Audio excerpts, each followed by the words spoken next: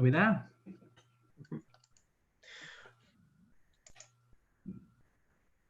Right, Mr. Chairman, it's coming through on the YouTube live stream as far as I can tell. Richard, could I just get a second view? Are you seeing the live stream come through? Yes, I am, yes. Yeah. That's lovely. Yeah, so live. That's great. So, Mr. Chairman, over to you. Thank you very much indeed, Owen. Well, good evening, everybody, and welcome to this online meeting of the Policy Panel on the 23rd of September 2020. This meeting is being broadcast live via Zoom over the internet on the Council's YouTube channel and will also be available to watch afterwards. To begin with, there are a few matters of housekeeping. With the exception of the Democratic Services Officer advising us, would participants all please mute their microphones unless they are invited to speak. I will ask for each item of business to be presented and then ask each member of the panel in turn if they wish to ask a question or make a comment. At the end of each item of business, the Democratic Services Officer will ask each panel member in turn to confirm audibly how they wish to vote on any recommendations or resolutions that are made. We may have a break at 7:30, subject to the progress of business. In a moment, I'll ask each participant to, in turn, to confirm their name and will essentially introduce themselves. So I'll make a start. My name is Councillor Sam McCarthy. I represent Shrub End Ward, and I'm also the chairman of this panel.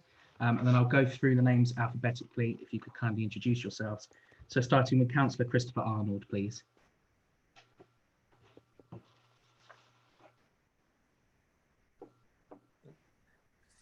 Who's currently on mute. That's a good start. The space bar wasn't working the way it should. Councillor Christopher Arnold, Rural North Ward, stretching from Dedham right the way across to Great Tay. Thank you.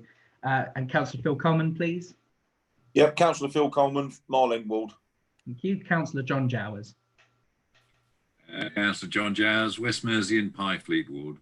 Thank you. Councillor Derek Loveland is currently delayed and should be joining us shortly. So on to Councillor Lee Scordis, please. Lee Scordis, Old Heath, Hyde, Row Edge. Thank you. And last but by no means least, Councillor Martin Warnes. Martin Warnes, Beerchurch Ward and Vice Chair of this committee. Thank you very much indeed. So there are no substitutions this evening. There are no urgent items. Is there any declarations of interest this evening, please? No, all good. Thank you very much indeed. Item 5, which is minutes of the meeting on the 5th of August. Can I get nods of the head that they are an accurate representation of the meeting that took place? Owen, do you need a vote on this at all? Or? Yes, sorry, Mr. Chairman, if we could just quickly whiz through the names. We'll whiz through them if that's okay. Councillor Christopher Arnold, please. Not voting, I wasn't there. You weren't there, thank you. Councillor Phil Coleman. As far as I'm okay, fine. Thank you. Councillor John Jowers. Good. Councillor Lee Scordis. Yeah, all good. Councillor Martin Warnes. All good. And they all look good from me as well. Thank you, Owen. Thank you, Mr. Chairman. I make that, yep, an approval for the minutes. Thank you. Item 6 is have your say. There's no members of the public that wish to speak. And to my knowledge, no visiting councillors have indicated they wish to speak at this point in the meeting either. Item 7 is public initiatives. There have been no submissions. So we then go on to item 8, which is the substantive item on heritage interpretation, a summary of the previous work and suggestions for the future. Before we start, there has been a submission from Alderman Henry Spivey. Owen, if you'd be so kind as to read that out to us, please. Yeah, certainly, Mr. Chairman. Apologies for my reading. I'll give it my best. Thank you. So, Alderman Spivey begins. I'm confident that you will endorse Philip Wise's excellent report and that the Cabinet will be responsive to your recommendations. When the Friends of Colchester Roman Wall erected 14 interpretation boards around the wall, we did not look beyond our task in hand. In fact, one of several useful spin-offs was the adoption of our boards as the format for other boards put up by Colchester Borough Council and by third parties.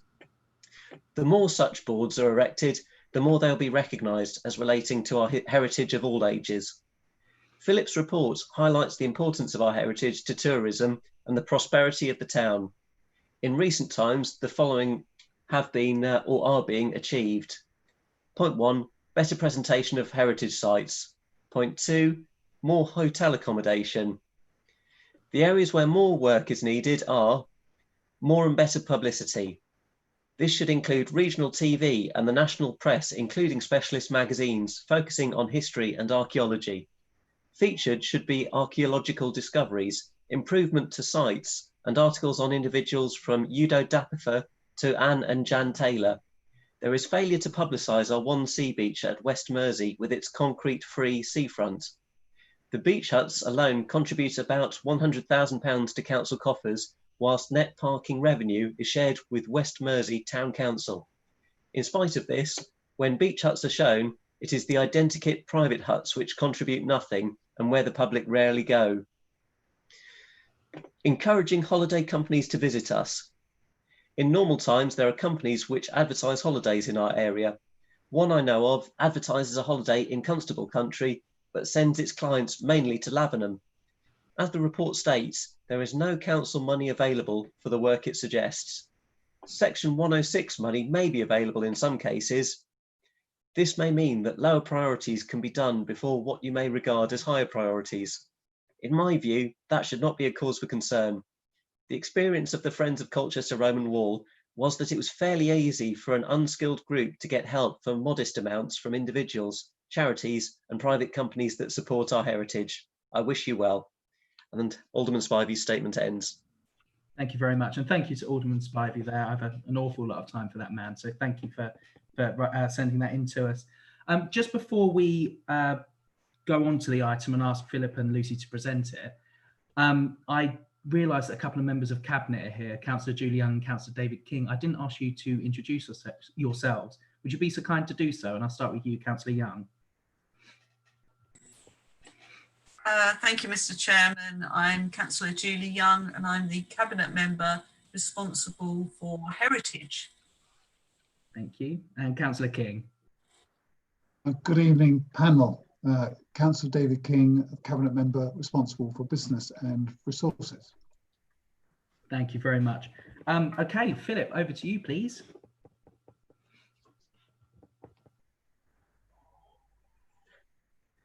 You're currently muted.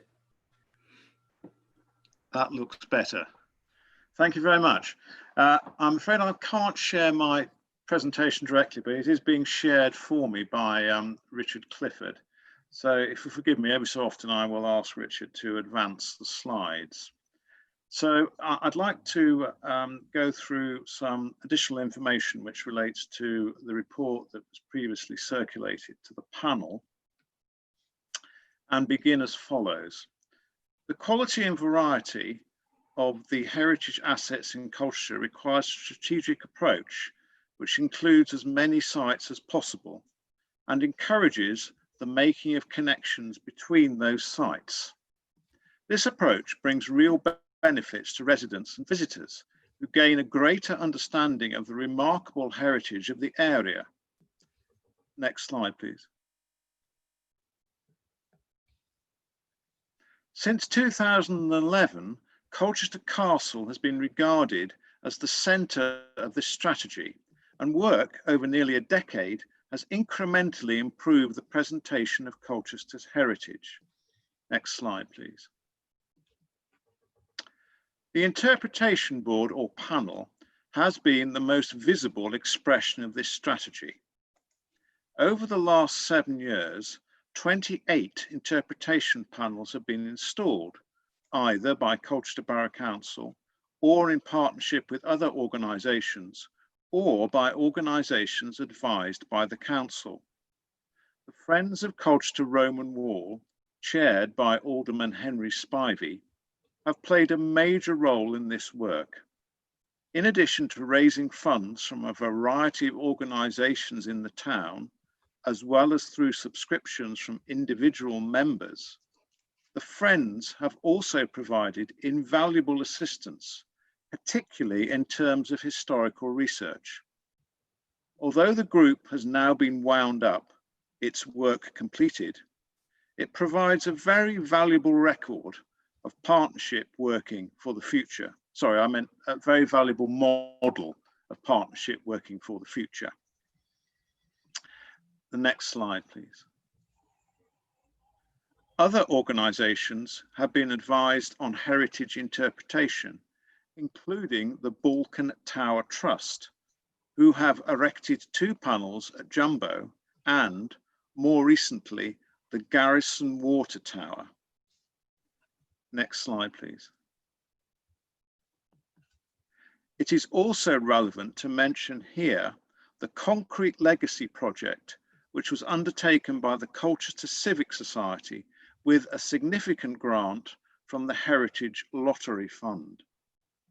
This project restored the murals created by Henry Collins and his wife Joyce Pallett in Colchester's Southway subways, an unusual and sometimes overlooked aspect of the town's heritage. On the next slide, please.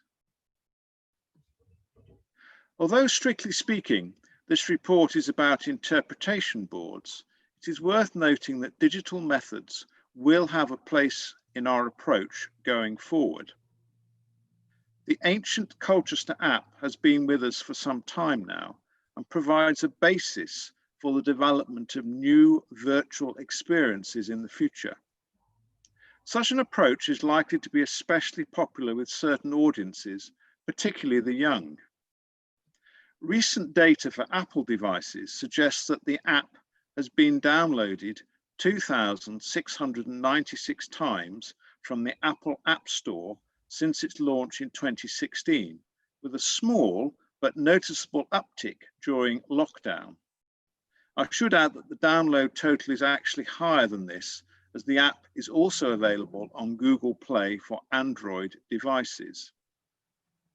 It is also worth noting that this year's Heritage Open Days in Colchester, which ended last Sunday, was a largely digital experience as a result of COVID-19. A series of 14 short films were produced with a variety of presenters talking about their favourite buildings, and we shall be reviewing the viewing figures on the Visit Colchester website very carefully to inform next year's festival. Next slide, please. The Marking the Gates Trail is an example of a heritage-themed walk around Colchester. This combines both gentle exercise with a purpose to find out more about the place where we live or are visiting.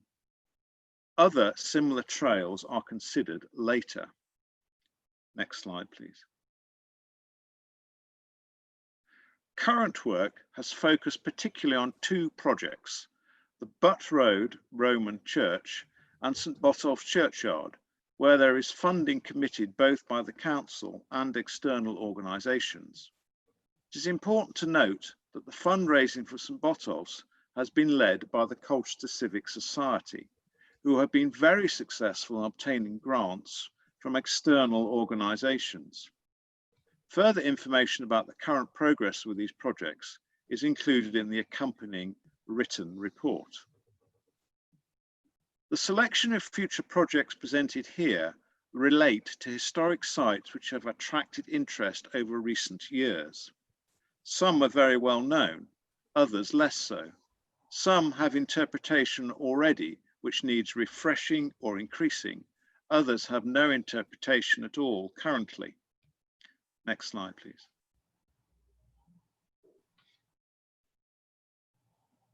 And the next one, please. The Roman Circus is undoubtedly one of the most significant heritage assets in Colchester. Its impact is limited, however, by the fact that there is nothing to see above ground. Its existence, therefore, has to be revealed by modern interpretation. And the slide on the screen on the left shows an area of sort of yellowish gravel, which represents the eastern end of the Roman Circus. And although you can see it very clearly on the ground, there is actually no interpretation there explaining what this demarcation actually represents. Some work, of course, has been undertaken here by the Colchester Archaeological Trust, and that's particularly at the western or starting gates end, where the Trust has reconstructed those starting gates and indeed has its headquarters in Roman Circus House. Next slide, please. Hillyfields has a rich Bronze Age, Iron Age, Roman and Civil War history, as well as being important for wildlife. It is an example of a location which is both a heritage site in its own right and a point on a heritage trail, in this case, the Colchester Orbital West route. As a result, there is an opportunity here both to renew the existing interpretation panels, as shown on the slide, and link the site to a long distance footpath. Next slide, please. Lexton Park currently has no interpretation and feels like a missed opportunity. It has a remarkable Iron Age story with Colchester's best preserved stretch of prehistoric earthworks, and the rich chieftain's burial known as the Lexton Tumulus is nearby. Like Hillyfields, it lies on the Colchester Orbital West route. Next slide, please. Although an interpretation panel about Holy Trinity Church is in place, this does not mention Captain Thomas Pinto, whose grave can be seen in the churchyard. Pinto, a Trafalgar veteran, is not forgotten in Colchester. Indeed, last year, around the time of Trafalgar Day, someone had attached a bouquet of flowers to the gate leading into the churchyard. And on the card, it clearly stated that these were in memory of Captain Pinto. And his achievements do merit recognition, therefore. And the next slide, please. St Giles's Church is one of Colchester's less familiar heritage sites, but deserves to be better known because of its medieval and Civil War history. It is close to an area of town that has undergone considerable change in the last 10 years, and many new residents would be interested to know more about this building. And the next slide, please. St Michael's and All Angels, Mile End, is perhaps the least known site on the list. It is, however, a significant heritage asset in Mile End and has the potential to make a major contribution to the heritage of the local area as a reminder of its medieval past. And the next slide, please. The Colchester Orbital presents a real opportunity to connect up several important heritage sites in the same way that green corridors provide links for wildlife. This would be a significant long-term project, but the success of the interpretation at the Roman wall shows what is possible where a partnership approach is adopted. And the last slide, please. Finally, the Town to Port Trail is the subject of current work by the Council to identify funding sources to enable the refurbishment of its interpretation. Initial prospects seem to be positive in terms of raising at least part of the money required, but there is still some way to go. And then lastly, there's a summary or conclusion. That's it, thank you. In conclusion, there are some general points which can be made. Firstly, there are real resource implications here, both in terms of specialist expertise and funding. The Council does not have a monopoly on either of these, however, and experience has shown that great success can be achieved through partnership working, particularly with local organisations. Secondly, there is a clear and long-standing interest amongst local communities in their heritage, and the Council has a role here in encouraging people to become involved and to do things themselves. Thirdly, the future of interpretation in the borough is not solely in terms of traditional interpretation panels. Increasingly, visitors and residents will expect to see information provided in a variety of formats, including digital media. Thank you very much.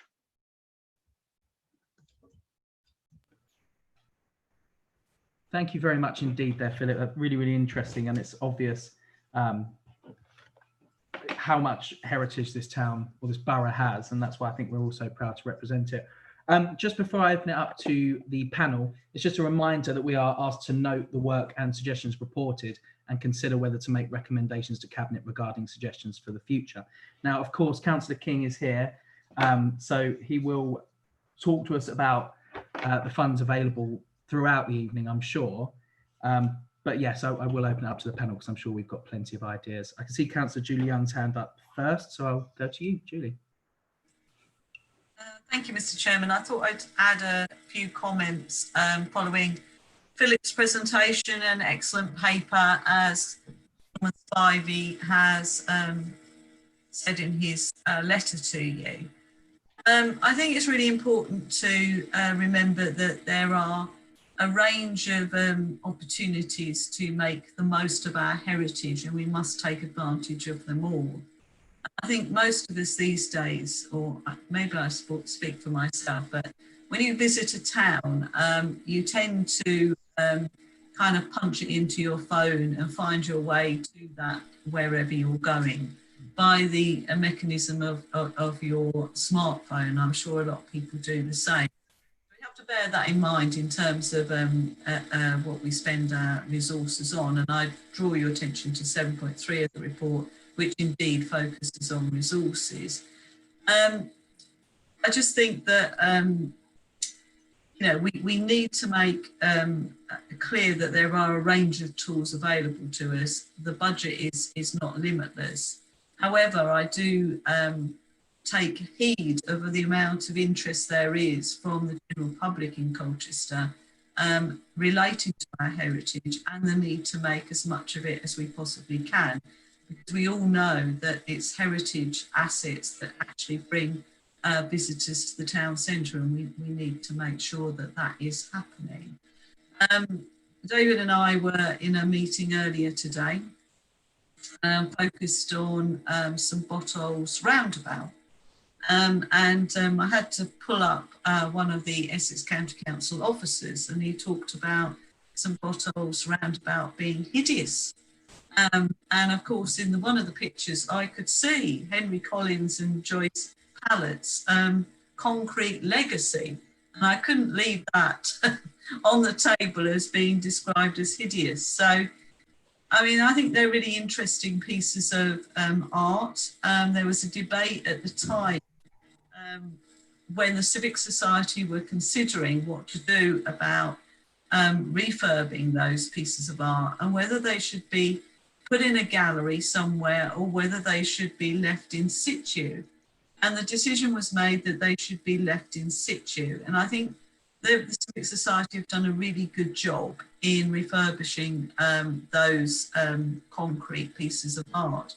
And they're part of Colchester's unique heritage, more modern day heritage, but heritage all the same.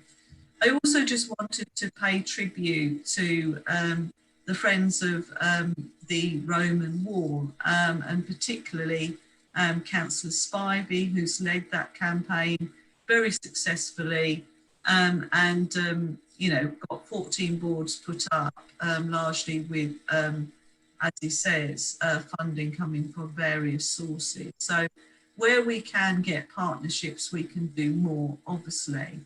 So as Philip Wise has indicated, we're looking at the Town to Port Trail, and we're looking where we can bring in funding to support the refurbishment of those pieces of art along that trail. I'm very interested to listen to the debate this evening, and I'll leave it there, Mr. Chairman. Thank you ever so much, Councillor Young, and welcome those comments as well. Thank you. On to Councillor Lee-Scordis, please. Thank you, Chair. Just to scare you more, Julie, but St Botolph's roundabout will probably be no more in a couple of years as Essex are looking to get rid of it. So they probably will end up in a gallery, but they will look good.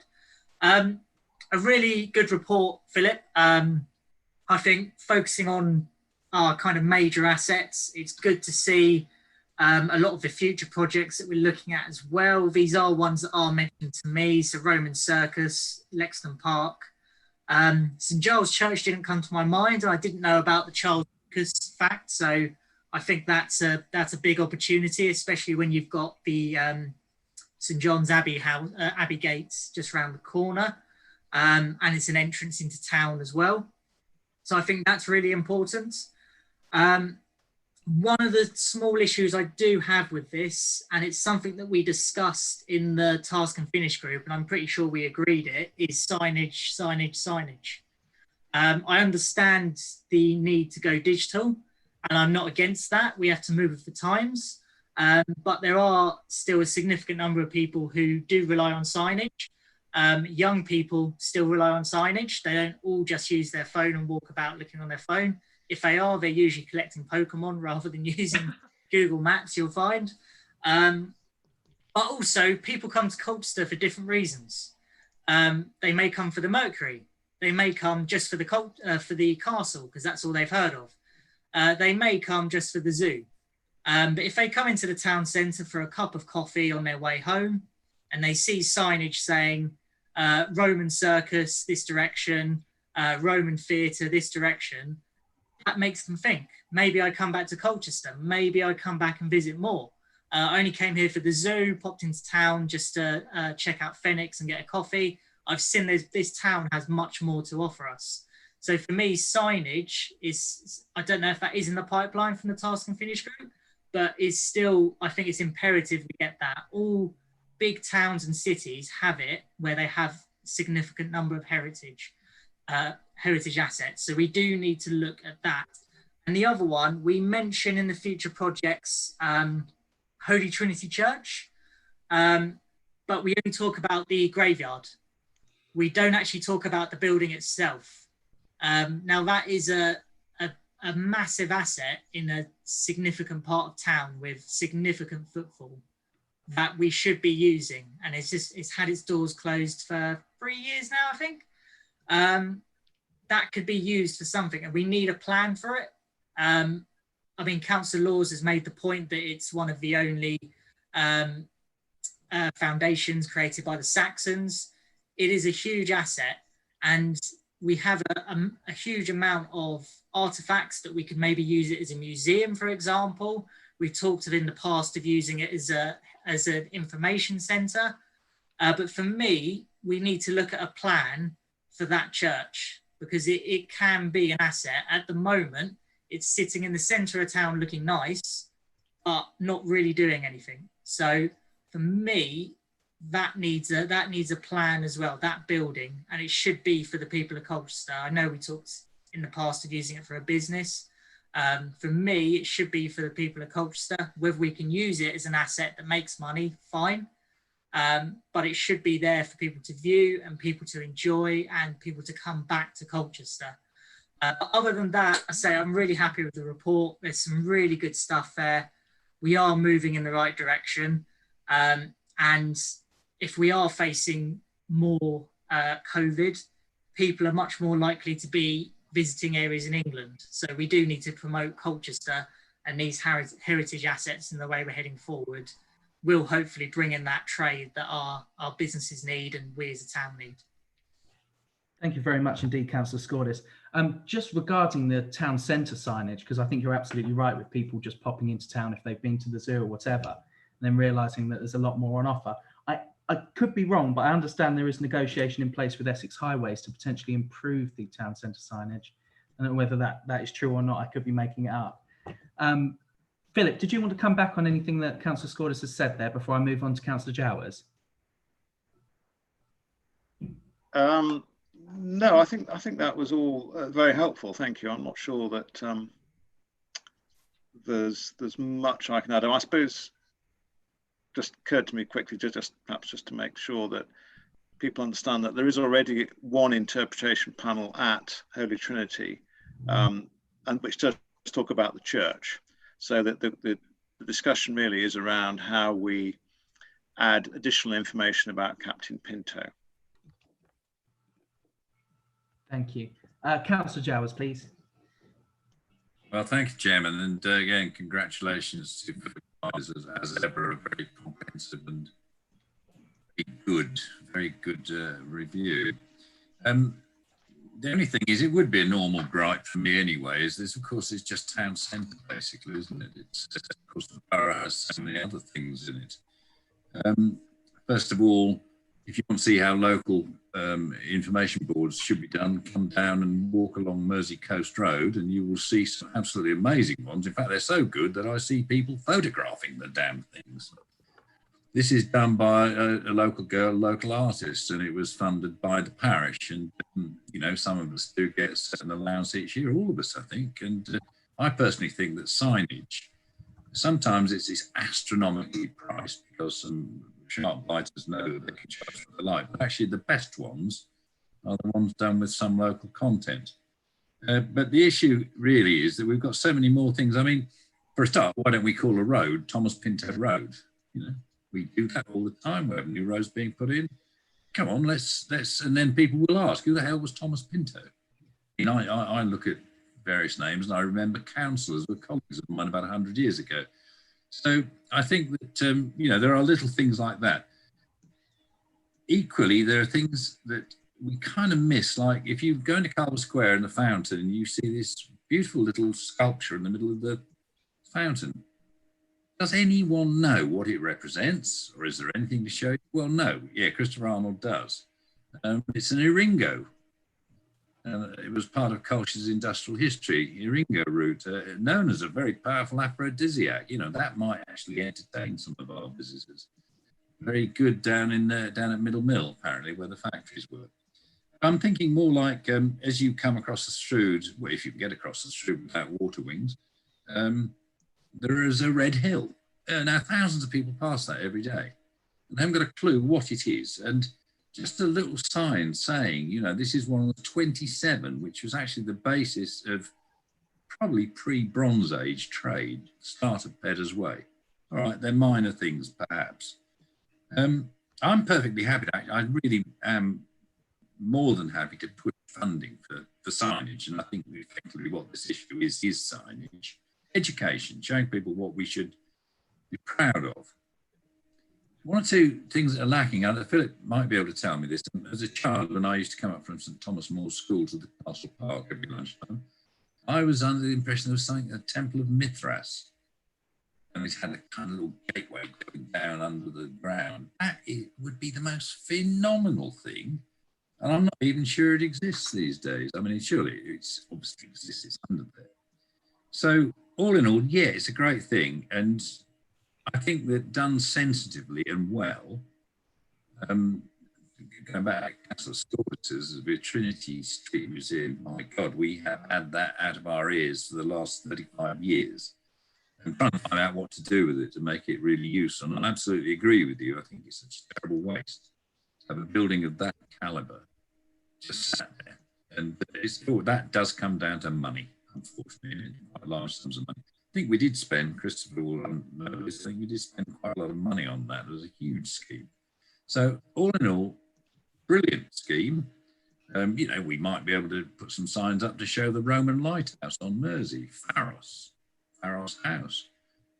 You know, there are quite a lot of things that not necessarily just in the city centre. I'm very cautious about saying any of this because the last thing I really want after this summer is any more visitors to Mersey. And I think that'll probably do. Philip could tell me about the Mithras. I'm fascinated now. Thank you very much, Councillor Giles. Philip, I'll go on to you. And then Lucy, I saw your hand go up to keep the conversation flowing. I don't know if you wanted to speak on this particular point. No? Okay, I'll keep you in that order then. Philip, please, if you want to come back on anything Councillor Giles said. Yes, thank you. I think I can help Councillor Giles with the Temple of Mithras.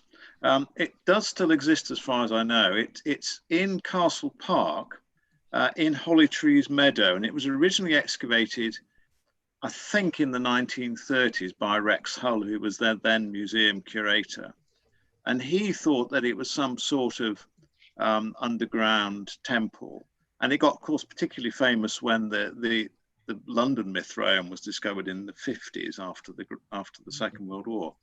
However, further research indicates that actually it's not an underground temple dedicated to Mithras. It's actually an underground water storage tank, which is perhaps slightly less glamorous, but does demonstrate what good civil engineers the Romans were and their contribution to creating a decent water supply in Colchester.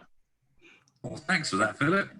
really solved the problem for me. What a shame, though. What a shame. Thank you very much. Councillor Warnes, please. Thank you, Chair. I would support my colleague Lee Scordis's comments about signs as well as information boards. He's quite right that people might wander into the town centre in order to find out what's there. In fact, I remember a work colleague coming all the way up from London to look at the display board about the so-called Humpty Dumpty Garden down Balkan Hill. So information does actually attract people, and my colleague Lee Scordis is right about the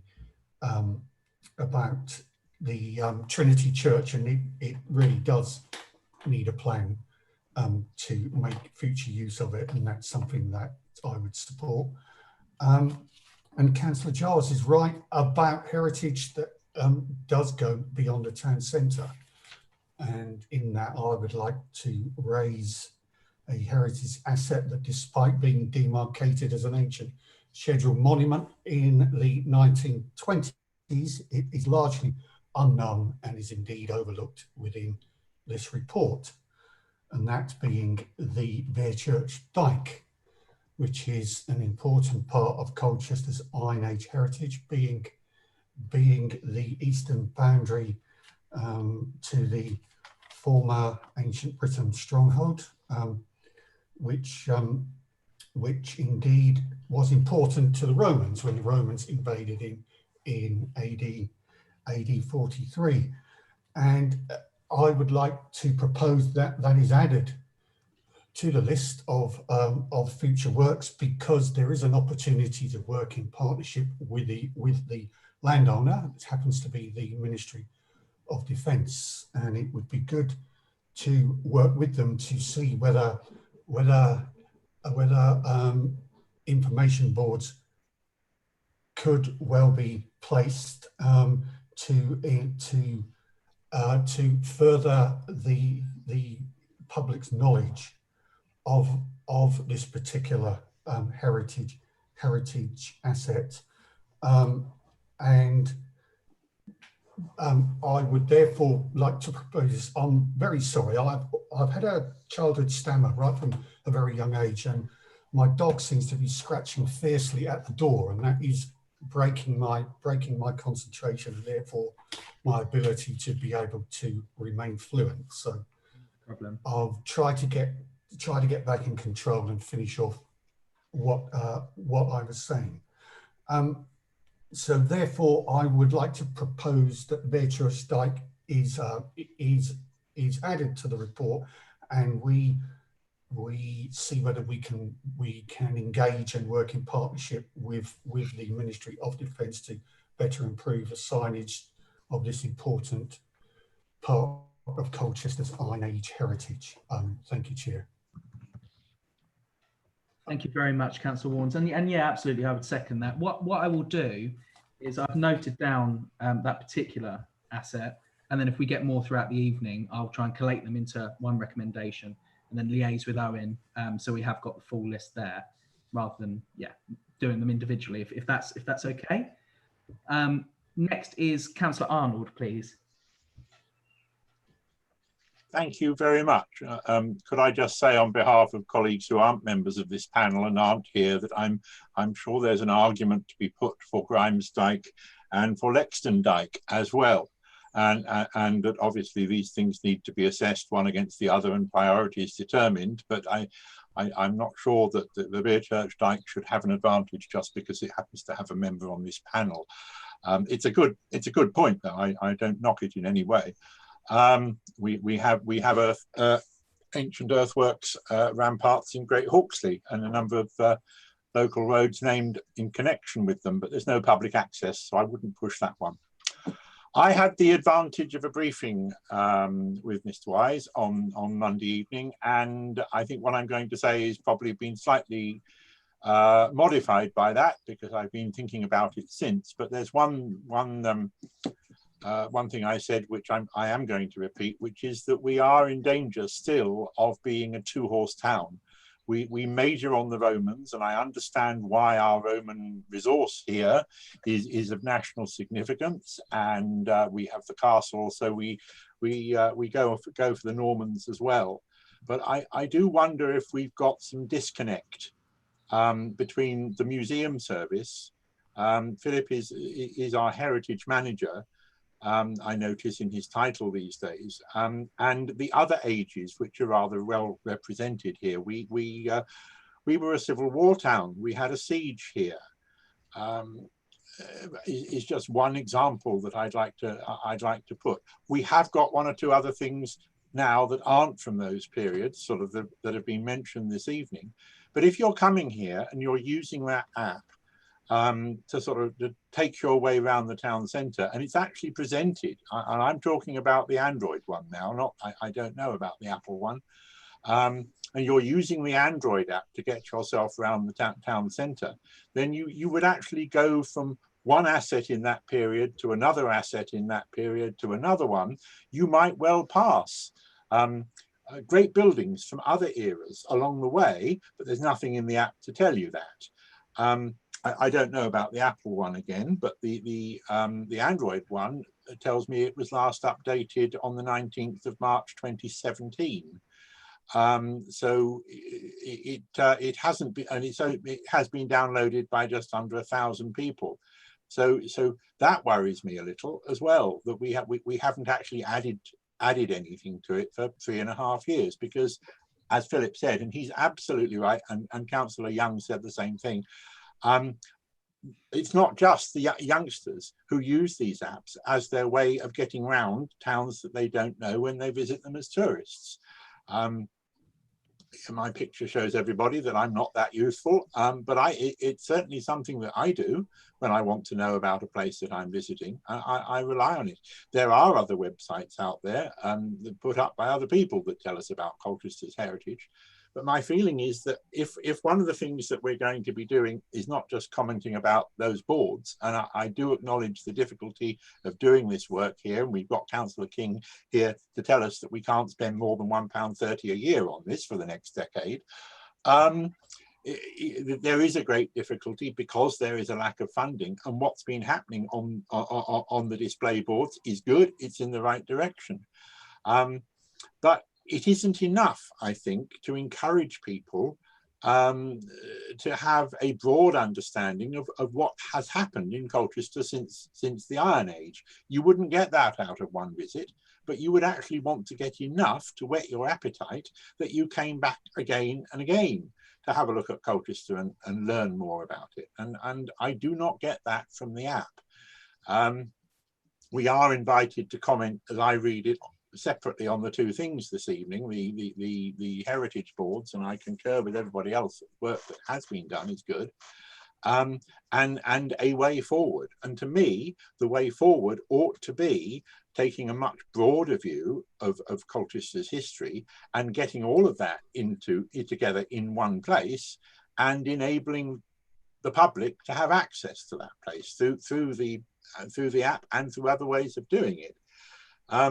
I think the other example I came up with when I sort of thought about it in the last couple of days, I was lucky enough to be mayor a few years back, and I'm sure the same thing applies to Councillor Young in her year, that you visit Winsley's house, and you see laid out in Winsley's house there all the great traders, and I almost said men, and I think most of them were men, who actually made Colchester what it was in the Victorian era, and whose work is represented in our town hall, and that they are represented in other sites around Colchester, but you would struggle to find those mentioned in the app that actually should be the tourist guide to Colchester. So if I had to wrap that up, I would say we actually need to take a much broader view of our history and present it to people. It's not just the Romans and the Normans and one or two other bits. It's actually worthy of having virtually all of its ages made clear as part of the tourist offer. I hope that doesn't come across as too negative, because I do recognise the work that's being done, and Henry Spivey, I absolutely concur, was an enormous power when he was on the council for driving this stuff forward. Perhaps Henry needs a successor, I don't know. He was really very, very good at it, and of course these days he doesn't need to mention his connection with the West Mersey beach huts, and I'm a cad for doing it. Right, thank you, Chairman, for now. Thank you, Councillor Arnold, and some fantastic points raised there. I think specifically with the app as well, whatever we include tonight in terms of recommendations with heritage assets, they have to be replicated on the app as well. I think the difficulty we've got is that the app is designed by a company called Peel Interactive, who I think do a number of different similar apps for different parts of the country, and I imagine there's a fair cost involved. But in the report, there was mention of us having to equally have a digital presence. So yes, I think an app improvement after 3 years or so of not having anything is pretty vital. This is probably a really good time now to introduce Councillor David King to speak. Go for it.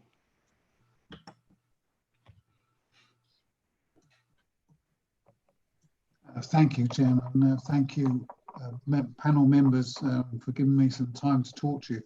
I haven't come on to tell you about the finances. That's for another place. And you know what the circumstances are and how difficult they are. And then we've got some challenging years ahead. And we've taken some decisions to hold back on spend in a number of different areas. We're looking at staffing, organisation, all that uncomfortable stuff. But let's just focus on my primary reason for coming, which is pride in our town and borough and making the best of it are absolutely, in my view, your view as well, the right things to do.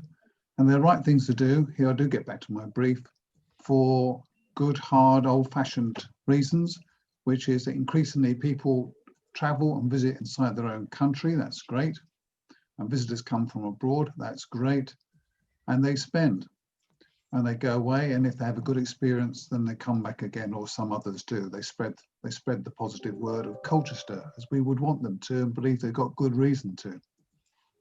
So this is really modern economics in the social sense, that all we know is nowadays taste is changing. You're going to come into a town, many of you, many of us, more for the social experience, the destination Colchester experience, than we would have done 30 years ago, absolutely, and probably, well, certainly, I think more than 10 years ago. The future, in other words, is not going to be just retail, nice though that is for some of us at least.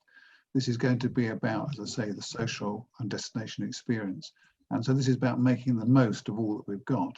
So my drivers and my support for the work that you're exploring, as before 2 years ago, when I was one of colleagues with Julie, we signed off a significant budget for signage. I swear it was a better part of 100k. Heaven only knows. I'm sure it's gone in good places, and you never quite get to the end point. But this is an important feature for us. But I think it is absolutely a moment to look at how we do this. I thought this a year ago, and nothing has changed for me since. So what we have is a lot of fragmentation. We have different organisations who sell Colchester, market Colchester, including the council. And we, for understandable reasons, have people with a passion who take an angle. There's a lot to be said for that. But I think there's something about saying now are the times in which we should join as much as we can up with those with that passion for marketing Colchester and making Colchester known for other people. So this is much wider. And I thank Philip both for his report and for the reminder of, and I didn't know about it, my bad, as Americans would say, of the ancient Colchester app, which I've just had a look at. It is town-centric. It is as described by Christopher. It focuses on certain periods of history and not the rest. So for me, this is all about saying there's an opportunity for us, a need for us to look at the whole of this. So signage, as in the symbolic sense of pointing at what you want people to look at, and asking ourselves the challenging question, not disregarding money, but asking ourselves, can we afford not to? look at all the ways in which we market the town, including an updated app, as just one way in which, for me, it would be as important to try and join together with others who care about Colchester and who also market and try and do a better job of that. Now, this might sound a little bit against us, your opening description, Sam, you see. So here I am sort of trying to open the door a little bit. And clearly it had to be sensible, would have to scope and consider this. You'd have to want to do this. Cabinet colleagues, Julie and others in particular, and others have had to see some sense in this. So it's no more than the start probably of a conversation. But if I can just share a couple of things with you, take a couple more minutes, I think this could be situated well. So I was sitting in Timperley's, as some of us will do if you've got an odd moment to go and have a cup of tea. That's a great example, isn't it, of a place that's not on that app. It's a splendid courtyard and a succession of buildings. It's not just the one. And I forget the dates now, but I think part of it goes back to the 1400s, some to the 1600s, and then obviously into the modern age. A bit like Trigger's broom, lots of things are changed and repaired, are they not? But that also had assets. That had, it was a clock museum. I'm old enough to remember it. Those clocks are displayed partly elsewhere. So there's lots of different things here for me, and just bear with me, and I will get to a close. So we've got lots of assets of different ages. We've got lots of things locked away in dusty cupboards and in storage and in vaults. And we need to look at all of those assets and ask ourselves, where are we displaying them? Why aren't we displaying inside empty storefronts in a fresh way some of those assets, say through the town centre and some of the places where we have a shop front that's not capable of being used. I'm not saying that's practical. There'll be issues of governance and insurance and everything else, but there is just something for me about taking a long, important moment when Colchester is changing and the context for us as a town is changing in terms of trade, business and destination, politics and tourism.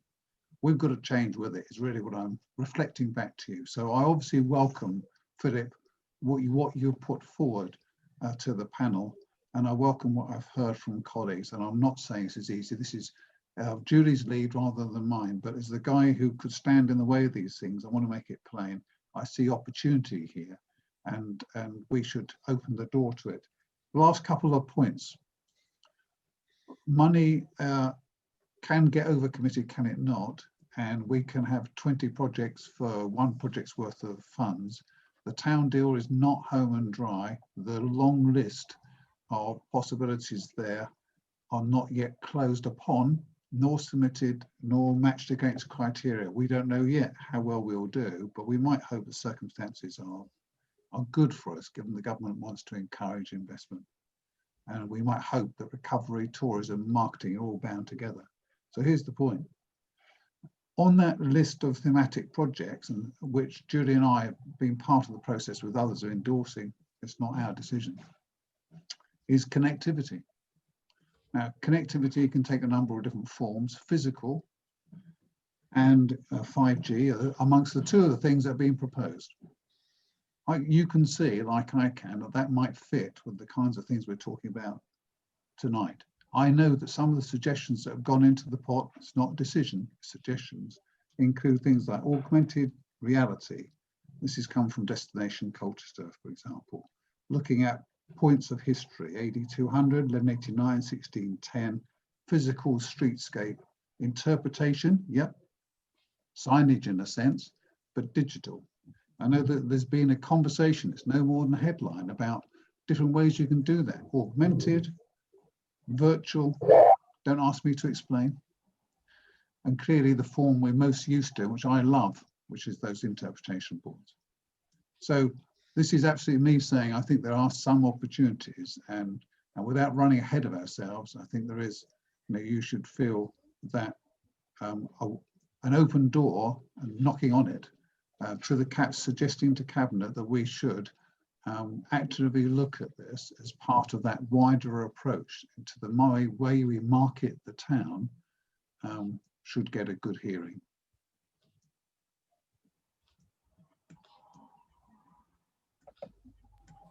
Thank you very much indeed, Councillor King. Some excellent comments there as well, and thank you for opening that door to us somewhat. Lucy Bredman, please. Yeah, so I just wanted to come back on the Holy Trinity Church discussion, if I could, just to confirm that there is a plan currently for that building. We started work early this year before COVID hit us, but we are still progressing it. I'm working with Community 360 to look at a bid to the Heritage Archaeological Fund to help us with Holy Trinity. So the council agreed to put an initial £10,000 forward, which helped with the very light feasibility study that was necessary to start that piece of work off. That's underway, and we're really hopeful. Actually, we're getting all the right signals from the Heritage Archaeological Fund, and that could be, you know, a way forward with that. So it'll be a significant sum of money. We would again be looking towards some match funding from hopefully the town's fund, but again that's not finalised at the moment. But the plan for that building, if it went ahead, would be for a community hub. So actually, you know, really bringing that building back into the arms of the community for use, run by Community 360, who we all know do a fabulous job in the town working with our voluntary sector partners. So fingers crossed that will be the way forward. But I just wanted to share with you about that plan. Also, the other thing, just touching on the Heritage app that we have, that was part of the redevelopment of Colchester Castle.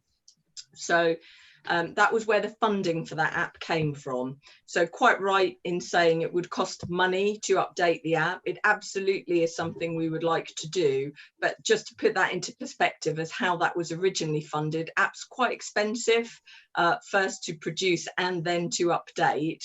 But that's probably why there's a specific focus with the app as well, because it was part of that project, which obviously had you know, a significant aim in mind in terms of the castle and the area around the castle and the town centre. But just to put some perspective on that. Thank you. Lovely. Thank you very much indeed, Lucy, for that. Councillor Phil Coleman, please. Many thanks, Chair. Interesting listening. An idea, and based on what just a few councillors have mentioned tonight, would it not be a good idea to ask all councillors to submit their golden hidden little gems in their wards? There's 50 of us. We may well know something that is totally not on the radar as such. I've certainly heard of a few tonight. So that's the first one. And when it comes to funding, just about every month I see reports on section 106. Is there any 106 funding out there that's unspent or unallocated that could actually go to use for this sort of thing in each ward? Over and out from me. Thank you very much. I'm trying to jot that down at the same time. Thank you very much indeed for that, Councillor Coleman. And yeah, I think maybe opening it up to all councillors is not a bad thing at all. Councillor Scorless, please. Thanks, Chair. I think that's a really good idea from Councillor Coleman. I'd be happy to support that, and I imagine all of us have got our own little hidden gem that we quite enjoy. I support Councillor Arnold on the Civil War aspect. I think that's a big period of history that has a lot of reach. There are a lot of people that like to go to reenactments. They love to research the history of it. And we forget how big a part, although it was only the siege, it's still talked about around the country. And also one thing that people do love is they do love the dark side of history.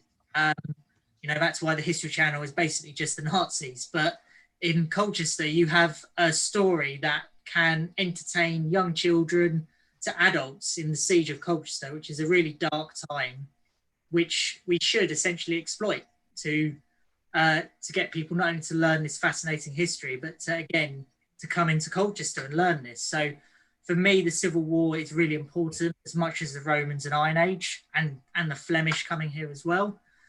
And as far as assets go as well, possibly another future project would be King Edward Quay in the Hive. Obviously, we've got a lot of history in the Hive, where that was the main industrial area for Colchester. All the ships coming in, it's changed dramatically now. But whether there's any scope possibly in the future, if we ever see regeneration in the area. We were told in 2008, but that financial crash happened. But another area that possibly could be looked at in the future, I don't think it's urgent as some of the ones we've discussed, but it'd be good to see something in the pipeline. As we're talking about the town to the Hive, then you've got the Hive to Rowhedge, Hive to Wivenhoe. Fantastic, Councillor Scottis. Yeah, again, another fantastic suggestion there. Oh, Lucy, I've just seen your hand go up. Go for it. Yeah, so I was just going to very quickly come back. If you are in the castle, obviously there is quite a good exhibition dedicated to the Civil War, so definitely worth a look at. Not saying we couldn't do a lot more, but it does get a good mention in the castle as part of the exhibitions that are in there. And I suppose the other thing I would just pose back is that absolutely understanding what local assets and local heritage, and let's face it, there is old heritage and then there will be more modern heritage and things that are just really important to communities out in their places. I think, you know, really great opportunity to work with communities to think about what their important places are. All I would say is that we need to find a way to work with communities to also find the resources and the money to then celebrate those things in their local communities. So I don't think it's just about the council compiling a list, although we can certainly look to see what resources may be available and how we can help and enable that. But it is about how can we work with communities to then find the ways to perhaps commemorate their heritage and their assets and work with them in partnership going forward. Thank you very much, Lucy, and I agree. Councillor Scottis, was that your hand back up again for a kind of back and forth? Yeah, sorry, just had an idea. I mean, I've seen the exhibition in the castle, Lucy, and it is good, but you have to want to go into the castle to see it. It's part of the problem. I mean, the amount of people that wouldn't know that Charles Lucas was behind the castle would surprise you, because they go and have a picnic rather than go behind the castle. But with Holy Trinity Church, I mean, just putting it out there, would it be possible to have small exhibitions there? So you could have a Civil War exhibition for a month. You could have an Iron Age exhibition. You could have an art exhibition. I mean, I know there's issues with the heating and coming is not great, but possibly in the spring, if we have still got this empty building and we're still planning ideas, is that an option that we could attract people in with? And it's just people can walk in. We have display boards that are nice and easy to see, and maybe a staff member who can go through some of the history. Thank you. Okay, one more time we'll allow this back and forth to continue. Lucy, please. I think anything's possible. Obviously, the politicians and cabinet will look at your recommendations. All I'd say is I guess resources are needed to do those kind of things, and there's security of collections as well. So, you know, it always comes back to capacity and resources. Thank you very much, Lucy. And Lee, my second recommendation that I'm going to put to the panel in a moment hopefully will encapsulate that idea of having exhibitions externally outside the castle. Did I just see a hand somewhere? I thought I saw Councillor King's hand, but I've just seen him go offline. Councillor Young, please. Yeah, I mean, it's always a balance, isn't it? We want to encourage people to come into the town, and it's really great to be able to offer things that are free. We do have to bear in mind that we're going to be significantly down on our income from the castle this year, and that's a paid resource, so we do need to encourage people to go into the castle. We do the residence pass you pay once and you can come for the whole year. And if we're going to hold on to our staff for our museum service, we do need that income coming into the town. We do have the museum space in the Natural History Museum, which is a free resource there. So we do balance it between free and paid offer. That's all I'll say in terms of displaying exhibitions outside of the castle that, you know, wouldn't bring us income into the castle. So we do have to bear that in mind. Yeah, it's a very good point, Councillor Young. I think Councillor King has somehow managed to sign himself off. So what I'm going to do is I'm going to propose 3 recommendations, and I'll do them individually and hopefully get a seconder for each of them. So my first one would be that Cabinet explores and improves partnership working to increase provision of heritage information boards and an improved ancient cultures to app, including the sites that we have mentioned this evening. Can I get a seconder for that? Thank you, Phil. I was just going to say, you can have a seconder for that, but could you please include with it having another look at the name, because ancient Colchester is not the message we agreed we would send about the place. It's meant to be not just Britain's oldest recorded town, and even the name fails to send that. Improved name. Historic Colchester. Yeah, I like that. Yep, absolutely no problem. I'll send those over to Owen after the meeting, so he's got them in writing, if that's okay. Thanks, Mr. Chairman. No problem. It is normally just my ramblings that come out, I suppose, and it doesn't make a lot of sense. My second one would be that Cabinet approves the panel to actively look at a wider approach to the way we market the borough through heritage. Can I get a second for that? Thank you, Councillor Arnold. And the third one would be that Cabinet allows the panel to open up suggestions from all councillors for areas of heritage they would like to see highlighted across the borough. Can I get a seconder for that? Councillor Jowers, thank you. So there's those 3 recommendations, Owen, and then I'll ask you to go round for a vote if possible. Oh, I'm so sorry, Councillor Warnes, I've just seen a hand up there.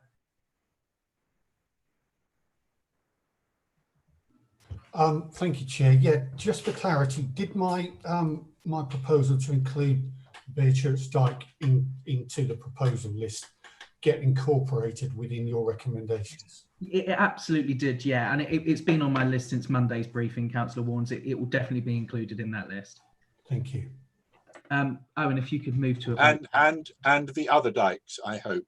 Absolutely, I've got Grimes Dyke, and there was one other that you mentioned. Lexton, but I think somebody who knows the territory well should be looking at the lot just to make sure we don't offend someone by leaving one out. I'll put the lot. So just to be clear, Mr. Chairman, that's Beerchurch Dyke, Grimes Dyke, and Lexton Dyke. Lexton Dyke. All of them.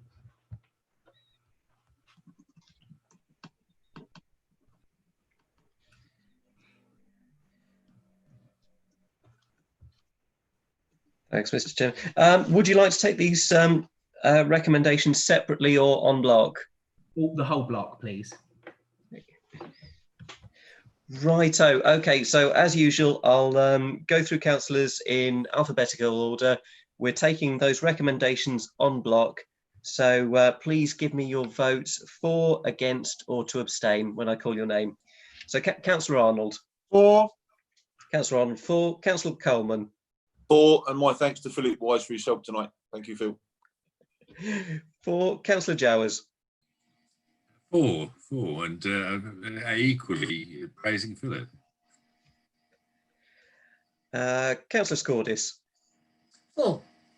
For. Councillor Warnes. For, and Mr. Chairman.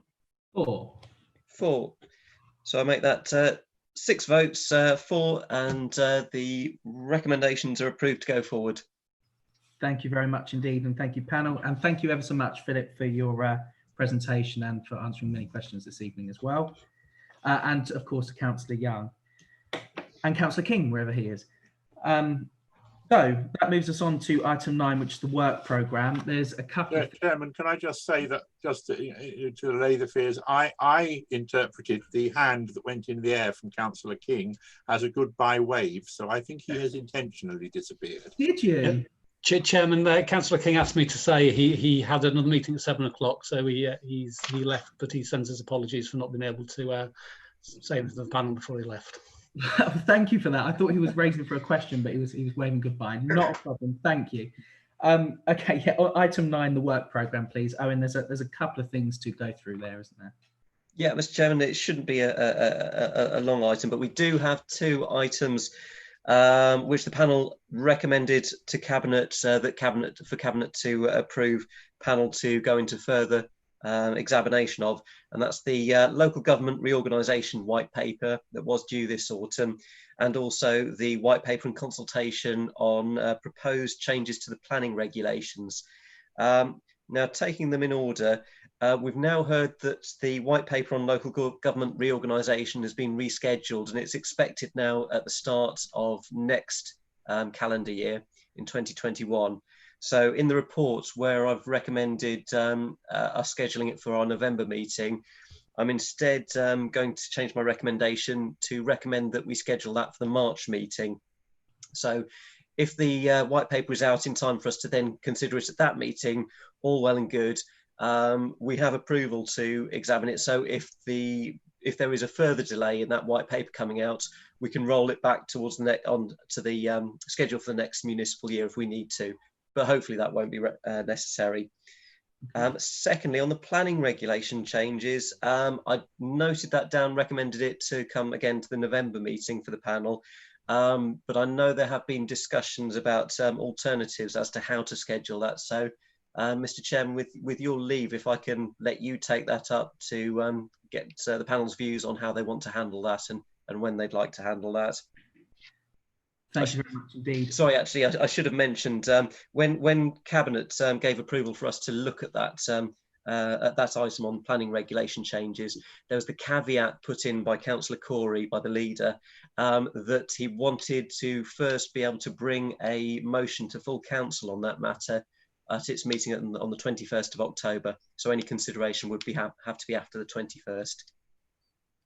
Of October. Thank you. So, I mean, realistically, we're going to need a whole evening to go through this, I should think, because it's such a substantive item. So we were looking at potentially scheduling in another meeting date. Was that correct, Owen? You'll have to just remind me there. It was. With regard to that, if members are happy to put back the consideration of the local government restructure white paper to March, then the planning changes would be the only matter currently on the still to be on the agenda for the November meeting. Thank you. Yes, of course. I mean, personally, I would say that would probably be the best thing, is moving back the government white paper on local government reorganisation back to March and keeping the planning changes in for November. Realistically, we don't want to schedule in another meeting at all at any point, because I know we've all got pretty hectic lives and sit on other panels as well. Councillor Jowers and then Councillor Arnold, please, for your inputs. Yeah, thank you, Chairman. Absolutely makes tons of sense. We would never have got through those two in a week. So I'm actually very much in favour of that. The only caveat I'd put on is that there's a massive amount of rumour and speculation going on as to what is likely to come out on local government reorganisation. And I think we ought to have sort of, in some way, and hopefully Councillor Corey might do this at full council meetings, as to what intentions and what progress have made in anticipation of what's going to happen. A classic question would be, if we're going into unitaries, who are we likely to be going in with? Equally, what happens to all our reserves if we become a superannuated sort of parish council after all this? I mean, the number of signboards that we could get out of our reserves and whatever would be absolutely brilliant. And issues like, there are things that we would need to look at before this comes out. When and how would we have unitary elections? What would borough elections be? Where would a unitary council be based? Who elects a combined mayor? Timescale, we know that. And what role, in fact, would this ancient borough have in this complete new fit-up? Now, a lot of these things are going to be debated and discussed before the bill.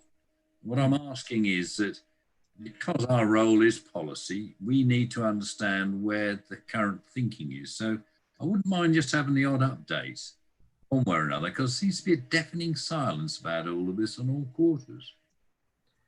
Thank you, Chairman. Thank you, Councillor Jowers. I mean, we've got full council in October. I think, you know, there's going to have to be some form of briefing, I would guess, to all members. You know, I'm not entirely sure. But yeah, I agree with those points. Councillor Arnold, you did have your hand up. I did, and I thought I still did, but anyway, you kindly handed it to me. Councillor Jowers has just been talking about local government reorganisation, And I completely agree that it makes sense to do it after we've actually seen the proposals, but there is a massive rumour flying around, and if it's possible to deal with some of that rumour beforehand, it would be helpful. I understood what was going to full council next month was not local government reorganisation, but one of the two planning matters that's in front of us. And what we've actually got on the report that we've been asked to consider is the proposed government changes to planning regulations. So those are the changes to the current scheme rather than the proposed planning white paper, which I think has had more publicity than the other. There is some highly detailed work that has been put together as a result of the local plan committee considering that. And reading through that earlier today, I see there's a deadline down for it for member comment for the end of this month. If that is the case, and that was from Karen Syret, who we normally presume knows what she's talking about in these matters, if the deadline for comment is the end of this month, why would we be going into it next month? That's a good point. Owen, would you be able to take that up at all? Do you know? I can give a certain amount of answer to that. That I think from memory, what Karen was talking about, yes, she was talking about the input from members before the portfolio holders' response is written and then put in for the call-in period. That's correct. I think that's, yeah, and then the actual consultation itself closes on for the planning for the future document ends on the 29th of October, I believe. I'm afraid that's all the information I can give on that. Yes, Chairman, I think planning for the future is the other one. The one that we've got on this, and I could be completely wrong, but the one that we've got on the paper tonight is the proposed government changes to the planning regulations, which is the, forgive me, tinkering with the present setup rather than sweeping the present setup away and replacing it with the 3 categories of land and all that follows from that proposal, which has come out from Mr. Jenrick and which is the one that's made all the headlines.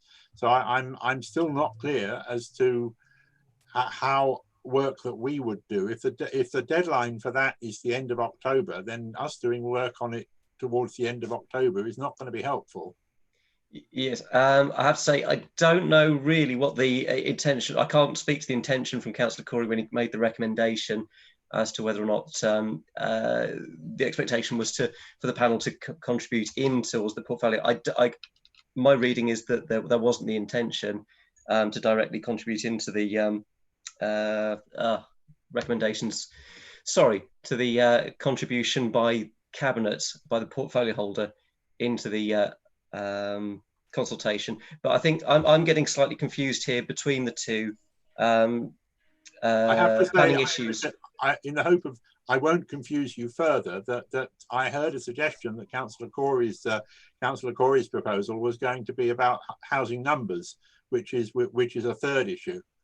I wonder if the way forward here might be to delegate the decision to group spokesman when we've got some clarity over it, because at the moment I'm not at all clear what it is that we're proposing to have the extra meeting for. Yeah, I don't think we can kind of vote on that work programme schedule otherwise. Councillor Young.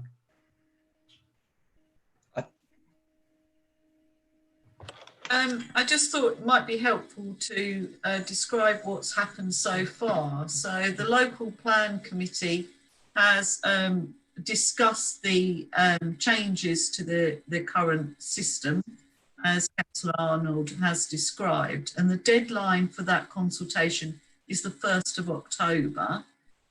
All members, I believe, were written to and asked if they wanted to comment, and the response has been drafted and I've signed that off in a hope to have some uniform opinion from the council and not get into a Bradwell power station situation. So that's about trying to draw people in at an earlier stage. So that, as far as I'm concerned, is done now.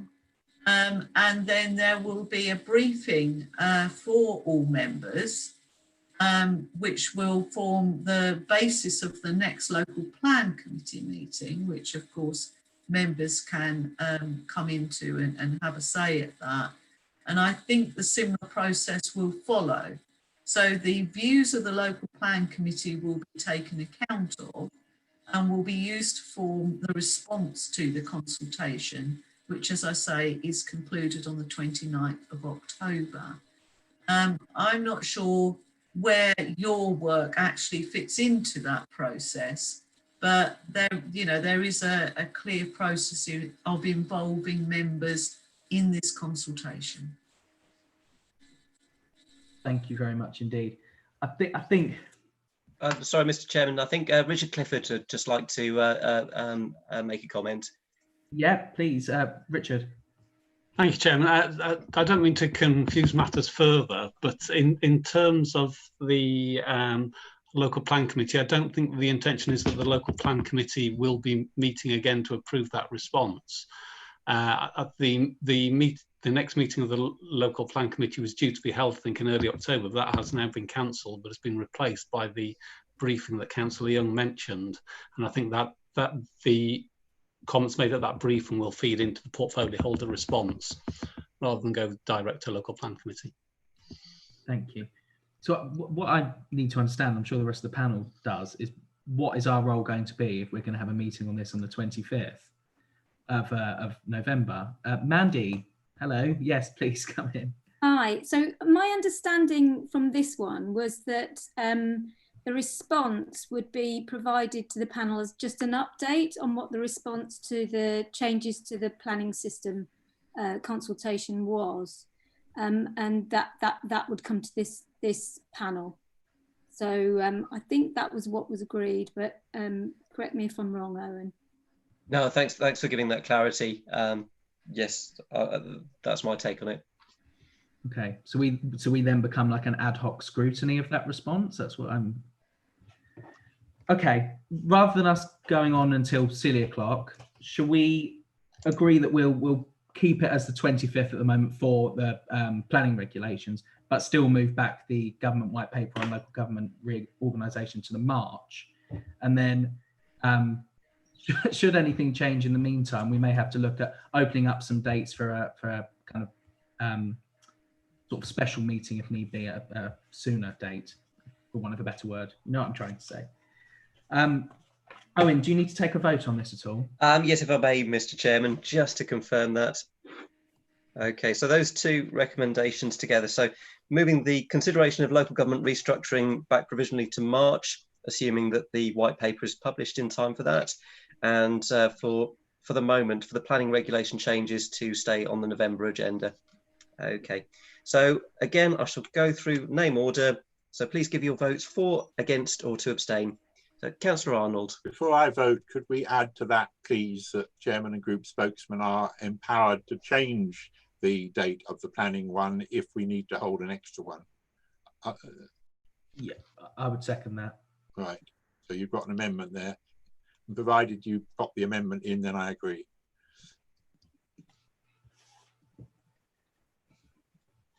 So give the chairman, lead group members powers to change the date for that meeting. Change the date if need be, if we had to bring it forward. If needed.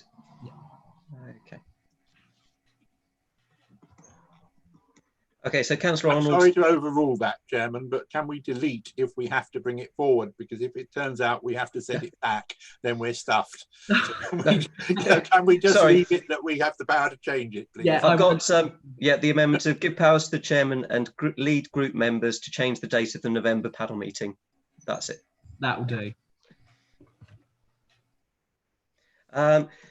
Councillor Coleman. Agree. For Councillor Jowers. For Councillor McCarthy. Yes, that's agreed. Councillor Scordis. For Councillor Warnes. For, so I make that 6 votes for, and the recommendations are approved. Brilliant. Thank you very much, and thank you to the panel. It's It's always an interesting one and always an open discussion. So thank you very much indeed. And I hope you all have a really good rest of the evening and what's left of it. And I'll see you all soon. Thank you. Thanks, everyone. Bye for now. Or not so soon as the case may be. Good night, all. Good night.